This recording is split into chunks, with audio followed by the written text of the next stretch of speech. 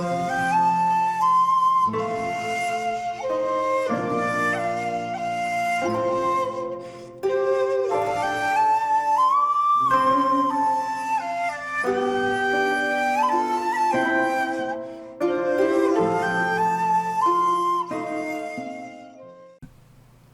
there, this is Solitary Ronin from Solitary Ronin Films, and welcome to another episode of my 25 favourite films of the decades. Today's episode, as you can tell, is from the 2000s, which don't seem that long ago, even though it's almost 25 years now since the year 2000, which makes one feel even older than one feels. Remember the year 2000?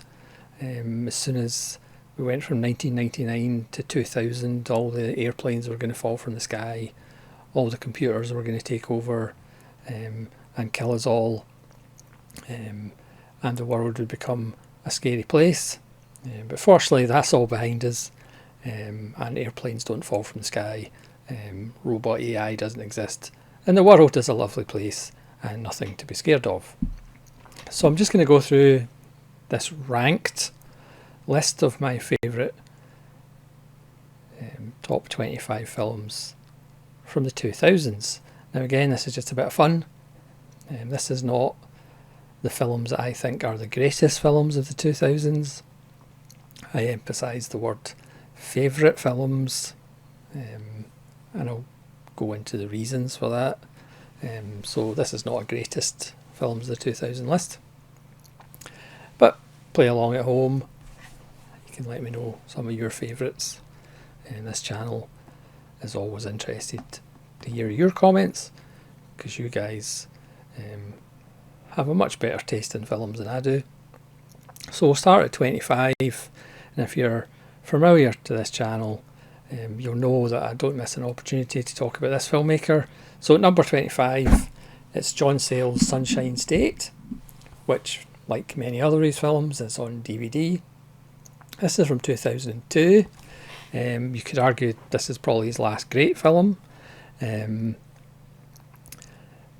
This DVD has a director's commentary, which is amazing, as all John Sayles' director commentaries are wonderful, because he pretty much tells you how to make a low budget film and how to write properly. Lots of people in Hollywood should listen. This is another one of his interweaving stories with lots of characters in a community, getting to know the history of the community, the background of the community, without being overly preachy or overly expositional. So this has a bunch of people in it, some regular John Sayles actors, some not.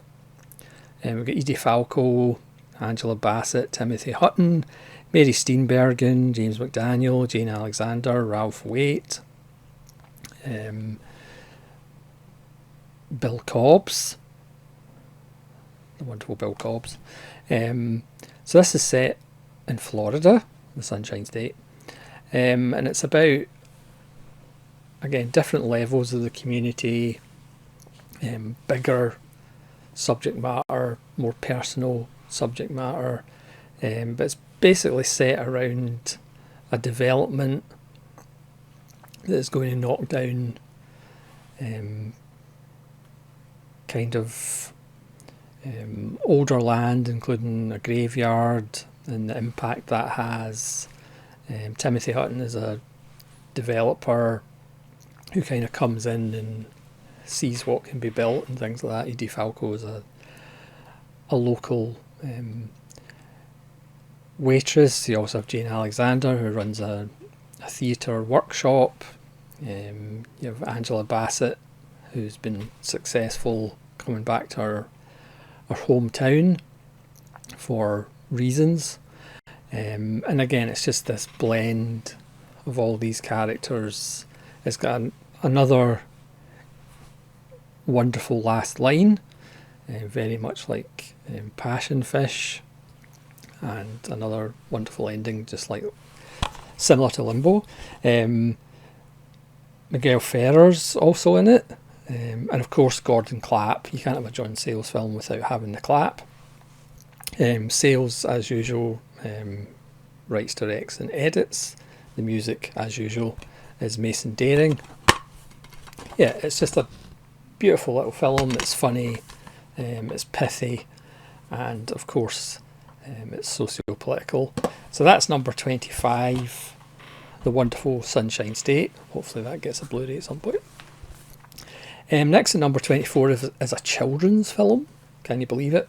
But it's not really a children's film. It's Coraline. This is a lovely 4K steelbook from Shout Scream Factory. So these guys at Leica have a unique cut paper, very physical, very tactile animation style.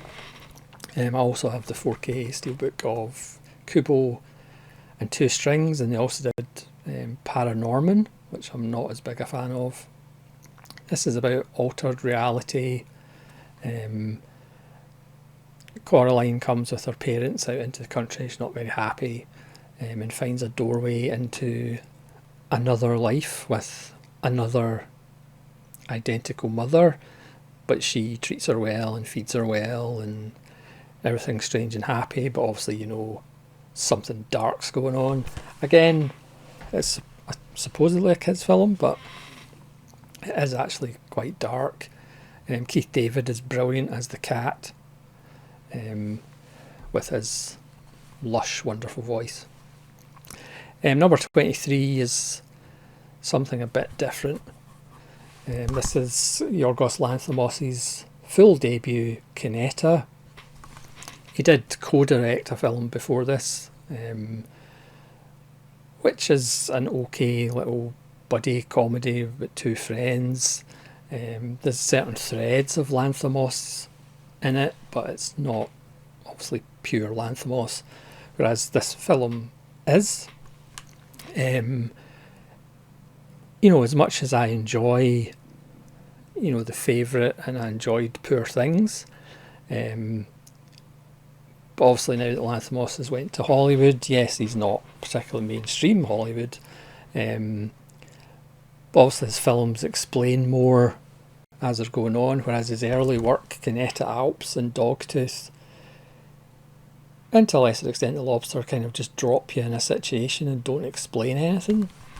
So this is about three characters, a maid in a hotel that's out of season, a detective, and somebody who works in a photo store, and they kind of reenact murders. For what reason, who knows? But again, Lanthimos in a way is kind of like Cronenberg in the sense that he creates these universes with these characters that aren't communicating the way that we do. They don't follow the rules that we do. They have their own behaviours that to the audience may seem strange, but to them that's the universe that they live in. You know, in all Lanthimos films, space is very important, and this is fairly barren and desolate. Again, it's in a universe that Lanthimos exists in. There's not lots of people in these universes, and it is just wonderful. I mean, you can look at this as his proper debut, and you know, I'm fond of films that don't explain everything in the first 10 minutes, and certainly Kineta is one of his early films that certainly don't do that. Next, it's a director who may appear on this list a little bit later. It's Kitano, and it's Achilles and the Tortoise. This is from 2008. This is one of his most underrated ones. It's one of the most kind of un-Kitano-like. He stars himself as a struggling artist along with his long-suffering wife. his daughter has already kind of disowned him because he's pretty much left him almost penniless for his desire to be a successful artist. It is a kind of satire of chasing trends. It is very funny. Obviously, it's Kitano's sense of humour, so if you're not in tune to Kitano's sense of humour, you might not find it funny. But certainly the scenes of him doing different kinds of art, different kinds of paintings just to follow trends is hilarious. Very much like Glory to the Filmmaker, he is kind of poking fun at himself as well as the artistic world and kind of trying to fit in, follow trends, be mainstream, that kind of thing.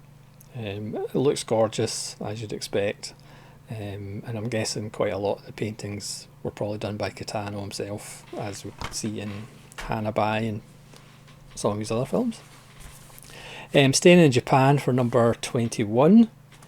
This is Toshiaki Toyoda's Nine Souls from 2003. This is the third window, volume 1 of Toyoda's work. So Nine Souls is about, well, that's them there in actual fact.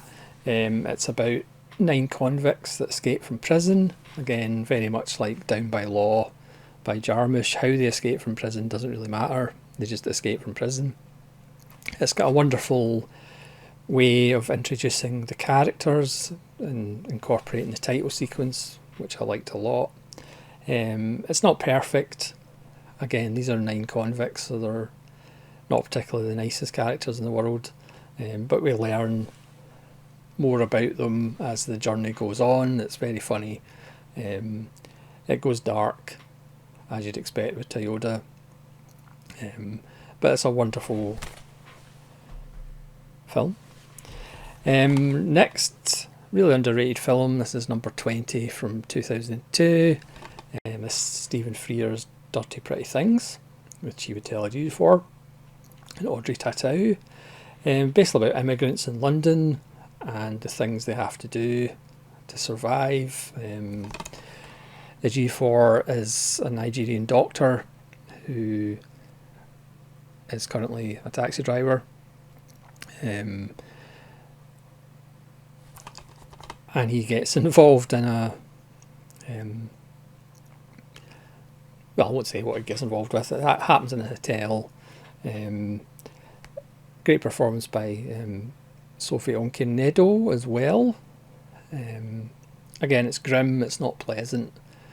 I mean, Ejiofor, I think, is the best actor of his generation. And I thought he would become a big thing after 12 years as a slave. But it never really happened. He ends up just being supporting characters, which I don't understand because he's usually way better than the people he's supporting. But Dirty Pretty Things, a British film that's actually good in the 2000s. It's Kitano again in one of his other non-Kitano films. Outside of A Scene at the Sea, this is probably his least Kitano, but in another way completely Kitano. It's Dolls, absolutely beautiful. This is a portmanteau film almost, but the colours in this are sensational. If this got a 4K, our eyes would probably pop out of their heads. Yeah, it's 3 romantic tales, but again, this is Kitano, this is Japan, so you can judge how romantic they actually are. Kitano doesn't appear, and this might be the best film that he doesn't appear in. Also, Kids Return's pretty fantastic as well. Just noticed we seem to have a run on Japan here. Number 18 is Takashi Miike's The Happiness of the Katakuris. This is taken from the same story that Kim Ji-woon's The Quiet Family is from, but that is just kind of a black comedy. This is a musical with animation, but unlike quite a lot of Miike films, this actually has a heart, and in the end it's actually quite moving, even though it's in claymation at the end, but it's still quite moving. This is the the wonderful story of a family whose patriarch has a dream of opening a inn in the middle of nowhere on a mountainside. But nobody comes, and then the first person that comes dies, and then more visitors come, but they all seem to be dying in strange ways. Yeah, I mean, the tagline is "The Sound of Music meets Dawn of the Dead," or "The Hills Are Alive with the Sound of Screaming." It has some wonderful musical numbers, some real odd moments, as you'd expect from Mickey. It's one of those films where if you have a kind of square film fan that says "show me something weird," you can always show them the Happiness of the Categories, and they'll probably never speak to you again. Next is a David Cronenberg film starring Viggo Mortensen. There was two kind of made back to back, I think. This is the kind of less favoured one of the two, but it's the one I prefer. It's Eastern Promises. And this is the Kino Lorber 4K, which looks rather nice. With Naomi Watts, Vincent Cassel, who's in Cronenberg's new film, The Shrouds, giving another subtle, quiet Vincent Cassel performance. And Armin Mueller-Stahl is absolutely brilliant as the head of our Russian gangster family. And this is just wonderful. Naomi Watts finds the diary of this dying girl and finds a baby, which may be linked to this crime family. This has really nice extras. It was actually written by Stephen Knight, who may have written Dirty Pretty Things. That might be wrong. Yeah, this has a featurette with Stephen Knight. It's got a featurette with David Cronenberg. It's got two features. I'll start again, Milla. It's got three featurettes by David Cronenberg: Secrets and Stories, Marked for Life, and Two Guys Walk into a Bathhouse. And it's got a featurette with Naomi Watts and two trailers. Yes, there's a naked fight in a bathhouse, which is rather impressive. Lots of tattoos. Mortensen's fantastic in it. And it's a sneaky, brilliant Cronenberg film. Next, we're back to Japan again. Seems to be a common theme here. Number 16. I've often talked about this being my favourite corrida. I've only really seen 3 or 4 corridas, to be fair. I need to catch up. But he does seem to be making one film every year, it seems. This is Air Doll, of course. This is the deck analogue. Lovely release. There is a Region B release as well, which I accidentally have also. It's about a love doll that comes to life, but it's not sleazy and exploitative as it might have been in the hands of somebody else. It's corrida, so it's a look at human behaviour through the eyes of a plastic doll. It's quite beautiful. Next is another film that is very underrated. It's Michael Mann's Miami Vice from 2006. This is a lovely 88 Films edition, which has the director's cut and the theatrical cut, which the director's cut has a different opening. Runs about 7 minutes longer. Again, the expectations when it came out, people thought they were getting a shiny 80s pastiche or something, but they maybe didn't watch the show originally and realised that it was actually quite dark and gritty, because that's what you get in the film. Next up at 14 is a film for all us music nerds. It's Almost Famous. This is just fantastic, and this is one you have to watch, the extended version. The theatrical version is 123 minutes. The extended version is 161, so this isn't one of those extended edition that they sell on Blu-ray that's like 2 minutes longer. This is like 40 minutes longer. It's just a much richer experience. It's just a wonderful film if you are a music nerd like myself who loves the chemistry of a band and how bands fall apart or come together. I mean, it focuses on the kind of female fans of bands, but it is more about being a music fan in general. Great performances. Billy Crudup in his finest work. It's probably Cameron Crowe's finest work. It's just characters you want to be around. Philip Seymour Hoffman is brilliant as a critic who sets the young 15-year-old Patrick Fugit. This is his finest work as well. Right on what music and what bands are really about. Frances McDormand's brilliant as the 15-year-old's mother as he goes out on the road with Kate Hudson and Jason Lee and Anna Paquin and Fruzia Balk. Fruzia Balk's fantastic as well. It's just a wonderful film. And again, if you're into 70s films, 70s music, it's just an absolute joy,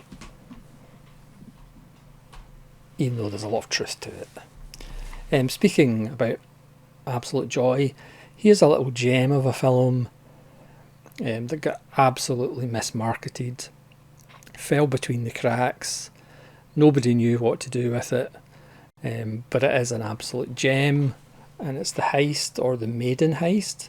Now this cover would make you think it's like a bank robbery film and Morgan Freeman, William H. Macy and Christopher Walken are in a bank robbing gang. I mean, if you look at it's completely not that. I mean, William H. Macy's got a shotgun in this image. He never has a shotgun in the entire film. It's just so badly mismarketed. It's about 3 employees in an art gallery who are upset that their favourite work of art is going to be shipped to Denmark, I believe. So they decide to steal their favourite bits of art. For Walken and Freeman, it's paintings. For Macy, it's a sculpture. Marcia Gay Harden's Christopher Walken's wife. I mean, Walken's brilliant. I mean, they're all brilliant. They're so brilliant, the fact that there's a lot of obvious jokes in the film, things you can predict, but it doesn't matter because the 3 of them just sell it brilliantly. I mean, again, obviously I'm biased towards Christopher Walken, but he's just fantastic in this. It's characters you care about, you root for, and it's genuinely funny, which not necessarily all films are. Directed by Pete Hewitt, who may have done Sliding Doors and may have been in the sitcom Bread in the UK. Again, it's predictable, but man, is it so much fun. It's an absolute little gem that'll put a smile on your face. And again, we all know you can't put a price on that. Number 12 is a film that I originally saw and went, yeah, that's okay. But then I saw the TV show it was based on, and then went back to the film, and it's absolutely fantastic. It's Serenity. Joss Whedon. Of course, the TV show is Firefly. One of the great tragedies of television was the Fox executives cancelling Firefly after 1 season. So Joss Whedon tries to not necessarily wrap it up, but tries to extend it, tries to give some backstory to characters that would have had backstory in season 2, which kind of works, kind of doesn't work, and you just want to watch the series again. again, the first time I watched it, somebody dies, and you just kind of go, meh. Whereas after you've watched the season, I actually watched the series, when a certain character dies in the film, it's absolutely awful. Yeah, if we could invent a time machine, one of the things I would do is go back and tell the Fox executives to give Joss Whedon a season 2 of Firefly, but those days are gone until maybe after I get the lottery winning numbers, I'll do that with my time machine.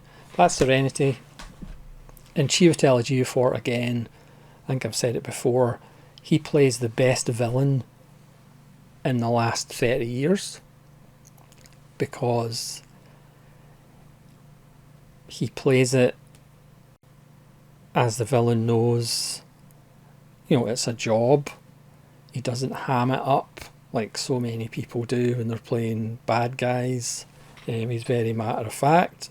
He knows his job is to kill these people to make a better world for the baddies, but he knows he has no place in that world. It's just such a great performance of being underplayed but being completely villainous and being completely wonderful as a bad guy without chewing scenery. Number 11, we're back to Cronenberg, a film that I always liked, I always thought was very good, but when it finally, I think this was just about the last Cronenberg film to get a Blu-ray release, when I actually watched it again, it's one of his best films, and it's Spider. Again, people might think it's a bit odd for Cronenberg to do it, seeing it's set in the northeast of England, based on a book. It is absolutely grim, almost unbearably grim, about Ray Fiennes and one of his best performances as Spider, who is somewhat mentally disturbed as he has flashbacks to his mother Miranda Richardson and his father Gabriel Byrne and the woman that Gabriel Byrne has an affair with. Really nice support by John Neville and Lynn Redgrave. Again, if you're looking for, I was going to say if you're looking for a happy-go-lucky Cronenberg film, but I don't think Cronenberg's done a happy-go-lucky film. If you're looking for a happy-go-lucky film about mental health, Spider is not it. But this is just absolutely fabulous. Love Spider so much. Next at number 10, from 2001, based on a manga, it's Takashi Miike again, and it's Ichi the Killer. Another film, if you meet somebody who says, I've never seen Japanese extreme cinema, show them Ichi the Killer. It's a lot of fun. Actually starring Shinya Tsukamoto, who gives a wonderful turn. But this film's all about Tadanobu Asano as the left hand of the boss that's went missing, who has been killed by Ichi the Killer, who is an assassin for hire. And it's about Asano's search for his boss, because his boss beats him up, which he gets off on. It's probably not one to watch with parents. The sadomasochism in it is quite wonderful. Poor Susumu Terajima, he's a character that gets hung up on hooks. He gets burned with boiling water and acid, and he goes through hell in a handbasket. It's going to say it's funny, which might confuse people, but it is funny. It's bleak and brutal, but again at the end you actually feel sorry for Asano with his split cheeks. because he obviously misses the boss so much. There's definitely a kind of love affair for the boss, because again, the boss beats him up, and he likes that. Yeah, it's just a wonderful film. Takashi Miike just doing Takashi Miike things. Next, we're in Japan again. This is, yeah, we seem to be in the Far East quite a lot with this 25. I don't know what that says about cinema in the 2000s. This is a film recommended by Hoos, A Touch of Film. Again, this is a film that I've done a random review on. You can look at it if you so wish on the channel. It's a story that we've seen so many times, but it's just done so well here. It's essentially brassed off, if you remember that Pete Postlethwaite, Ewan McGregor, that cycle of British films about working class people struggling and then coming together as a band or a bunch of male strippers or whatever. It's swing girls. So they supplant miners from the northeast with Japanese schoolgirls. I mean, there they are there. How can you resist that? So the story goes, the bunch of kind of outsider schoolgirls, the rough and ready schoolgirls, accidentally poison the band, accidentally poisons the band's lunch, who are going to a tournament. So strangely enough, they can't compete. So it's up to the bad girls to somehow come together and form a band. It's just so good. It does have a couple of surprises. Yes, there's predictable things that we've seen before, but it does have surprises. The music's fantastic. I need to get it in Blu-ray because it is just wonderful. When we talk about films that put a smile on your face, Swing Girls will put a smile on your face. Can't recommend it highly enough. And as I said, I will have to try and... There is a Blu-ray. I think it's expensive, but there is a Blu-ray. Next, it's Korea, so it's not Japan. This is my favourite Chan-wook Park film, and it's JSA from the year 2000, starring 2 out of the big 3, as we like to call them, Byung-hun Lee and Kang Ho-song. And this is about soldiers in North Korea and South Korea, right on the border, and there's a murder that happens and it's an investigation, but it's more of a film of why can't we just get on. The final images are wonderful, great performances by everybody, beautifully directed, and again, it's my favourite Park film. Might not be everybody's favourite Park film, but it's just tremendous. Where are we? We're number 7, and we're a non-Japanese or Korean film. Ay caramba. It's 30 Days of Night.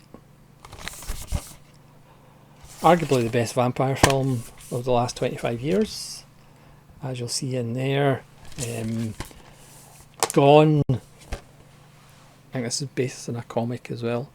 Gone is the romantic vampire with its ruffled collar and dressing in velvet gowns.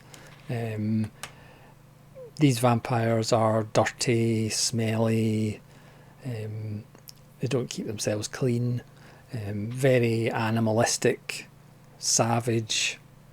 It's got a wonderful conceit. It's set in Barrow, Alaska, wherefore it goes dark for a whole month. Perfect for vampires, because as we know in vampire mythos, they don't like daylight. So let's go to a place that doesn't have daylight for a month and slaughter a whole town, which they do in very bloody fashion. But there are some survivors. Melissa George and Josh Hartnett. It's just a lot of fun, very bloody, very gory, but again, it's written and there's characters that you actually give a monkeys about, which doesn't always happen in horror films. Okay, enough of this English language nonsense. We're back to Japan. A film that SGS Arts recommended to me, and I'm glad he did. It's sensational. This needs a 4K. I think I've only watched it 3 times since I watched it the first time. Sorry, maybe twice since I watched it the first time, for a total of 3 times. And every time I look at the cover, it's like, I really need to watch this again. This is Kamikaze Girls, from the director of Memories of Matsuko, which is good. But Kamikaze Girls is a whole different level. From 2004, by Tetsuya Nakashima. It's about 2 girls, one of which dresses in this French kind of Victorian Versailles style, and the other girl who is a biker, and it's their relationship. So they're 2 misfits essentially. Again, we've seen this kind of thing before. 2 misfits kind of get to know each other and get to know each other, their lives, they fall out, they make up again. It's just brilliant. It looks amazing. As I said, it really is a 4K. It's so colourful, energetic. I dare to use the word zany, but it might actually be zany. It's an absolute joy. This is a 2-disc release by Third Window. The special features in DVD, and there is a lot of them. There's a 40-minute making of, for example, and there's a music video as well. The 2 leads are just brilliant. They have wonderful chemistry together. It's so much fun. It's just an absolute blast. We're in the top 5 now, and for some people this might be a bit low. It's from 2001. It's Mulholland Drive, which I do have in 4K. This is a Criterion Blu-ray. David Lynch's wonderful, dark, terrifying look at Hollywood. Originally it was going to be a TV show, but that changed to a feature. There's the cowboy, who's not creepy in any way, shape or form. Looks beautiful, sounds beautiful, as usual with David Lynch. The sound design is terrifying. It's open to interpretation, which is what we like. Just a beautiful, beautiful film, but it's only number 5 on my favourite 25 from the 2000s. I know that might be controversial, but here we go. Number 4 is, for me, Guillermo del Toro's finest film, and it's not even close. It's The Devil's Backbone with Federico Lupi. This is the 4K from Sony, which looks beautiful. This is an elegant ghost story, but it's also a very nice little political film set in the Spanish Civil War in an orphanage.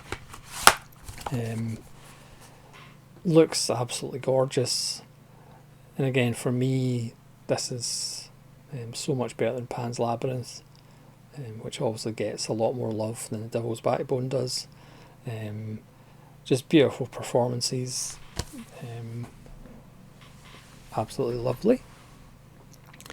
At number 3 is a film that will have on DVD, can you believe it? From a pair of brothers who write and direct their own stuff. I did a series on the Dardennes, and this is The Sun, or Le Fil, from 2002. This is just a brilliant film. I talked about how Lanthimos in his early days kind of just dropped you in and you didn't really know what the heck was going on, and you had to actually be patient and figure it out.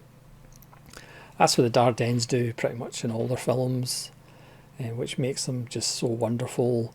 They're almost anti-cinema in the sense there's no real style. It just follows characters as they make these moral choices. This one stars Olivier Gourmet, who is in quite a lot of Dardennes films, as a carpenter in this school for troubled boys, and a new boy arrives, and Gourmet seems obsessed with him. And again, because the Dardennes don't explain everything until the truth comes out, it's up to you to figure out, why is he so obsessed with this boy? Does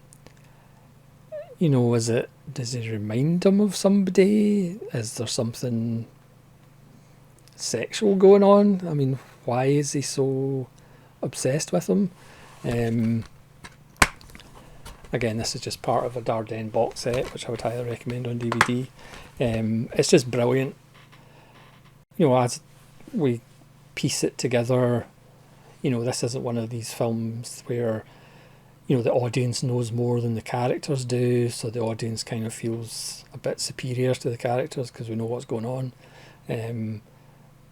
You are always one step behind, and when you find out what it's about, it just takes on a whole different dimension. It is just wonderful, and probably is my second favourite Dardenne, next to 2 Days, One Night, which appeared on my favourite films list of 2010. 2010s, I mean. At number 2, we're back to the Far East again. This is crazy. Again, another film that you could argue is generic, but it's just so well executed. It's another Kim Ji-woon, and it's Bittersweet Life, Byung-hun Lee. And again, it's a film we've seen before. A guy who works for a crime boss gets told to look after the crime boss's girlfriend, and things happen, as you can see there. It's just so stylish. I mean, you could argue, if you're being cynical, is it style over substance? I don't think so, because something I really love is films that are fatalistic. So, for example, Chang Dong Lee talks about, for example, his characters are fighting a battle that they can't win, but whether they don't necessarily know it's a battle they can't win.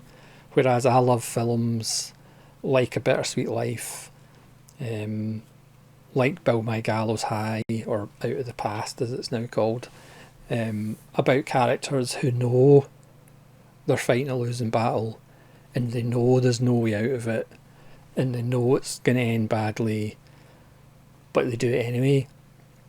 I just love films that are fatalistic, and Byung-hun Lee's character knows this is only going to end one way, and I just love it. But it's not my favourite film of the 2000s. I mentioned him earlier in somebody else's film, but my favourite film of the 2000s comes from the year 2004. It's from Japan. Yeah, this seems to be a theme of this list. It's Shinya Tsukamoto's Vital. I remember seeing this at the time on VHS, and it blew me away. This is available on Tartan DVD, but this is the only Blu-ray, I believe, which is the Region A Arrow release of the box set. And it stars Tadanobu Asano as a medical student who has an anatomy class, and the cadaver that he happens to be working on with the rest of his group happens to be his ex-girlfriend. It's absolutely brilliant. It co-stars Kishibe Itoku, who you'll recognise. He's got a really kind of morose, depressed face. He's been in a ton of stuff. You'll recognise his face. He's the doctor, or the kind of lead teacher, essentially. But it's about mortality, strangely enough. It's about the shell that is the body when it's left behind. Again, this is not a happy-go-lucky film either. We see flashbacks with Asano with his girlfriend, who's now dead. Again, it's not a film that particularly has a plot. It is more just an essay on mortality and how we treat the dead, and our attitude towards dying and death. Asano is truly wonderful, and he gives another kind of quiet performance of intensity. Again, I think Tsukamoto is so underrated, considering the art that he's created on not a lot of budget. Tsukamoto doesn't get money for his films, but he has created some absolutely beautiful pieces of work. And Vital is beautiful, it's horrible, but again, it doesn't flinch. It stares death right in the face, and it's absolutely marvellous, and I would highly recommend it. So that's my favourite 25 films of the 2000s. As I said, I didn't actually realise when I assembled it until I was holding them up. It seems to be fairly Japanese and Korean heavy, but maybe that's just the 2000s. So thanks very much for watching. Please let me know in the comments which of these films you like, or which films from the 2000s that are your favourites. And hopefully you'll join me for the 1990s, which I have to say was one of the hardest lists to assemble. The 2000s, the 2010s weren't too bad, but the 90s, especially for English language, I mean, I know we talk about English language films in the 70s, and that was a golden era, but the 90s independent films in the English language, there's rather a lot that are quite fantastic. So thanks very much for watching. Hopefully you'll join me for the 90s as well. This is Solitary Ronin from Solitary Ronin Films, saying thanks for staying with me for almost 50 minutes. I appreciate the support and your comments, and hopefully you'll join me again soon. This is Solitary Ronin from Solitary Ronin Films, saying farewell.